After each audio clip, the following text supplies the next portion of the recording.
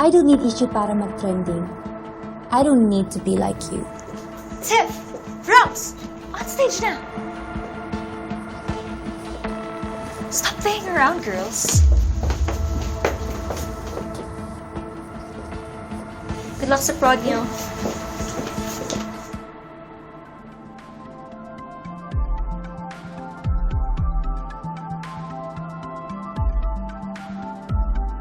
You should have let me talk to those pick-me girls, Jenny. Hindi mo naman kailangan ako i-defend or i-protect eh. I can handle myself. Alam ko, Megan. Alam kong kaya mo, pero responsibilidad kita. Hindi lang bilang leader ng Yumi, kundi bilang kaibigan mo din. Yeah, Meg. Easy lang tayo. Chill. Chill lang, tama. Tsaka tapos na yon, okay? Megan, tapos ka na rin sa Nixie. Kami na yung bago mong kagrupo. Kaya gawin na lang natin yung best natin para mapantayan sila. Okay? G, Yumi? Yeah. Ganto kayo. 1, 2, 3. Yumi, Yumi,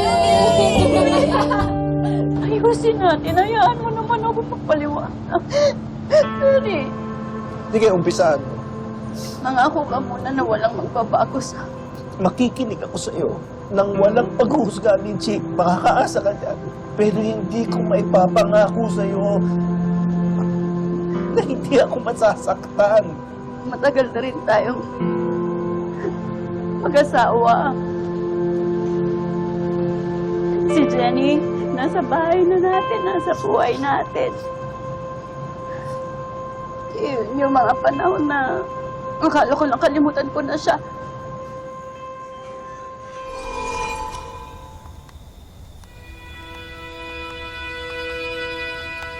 Tio, anong ginagawa mo dito? Ano kailangan mo?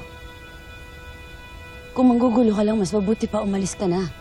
Minch, gusto ko lang malaman niyo totoo. Yung batang kasama niyo ni Perry, anak natin siya. Anak namin ni Perry. Si Jenny.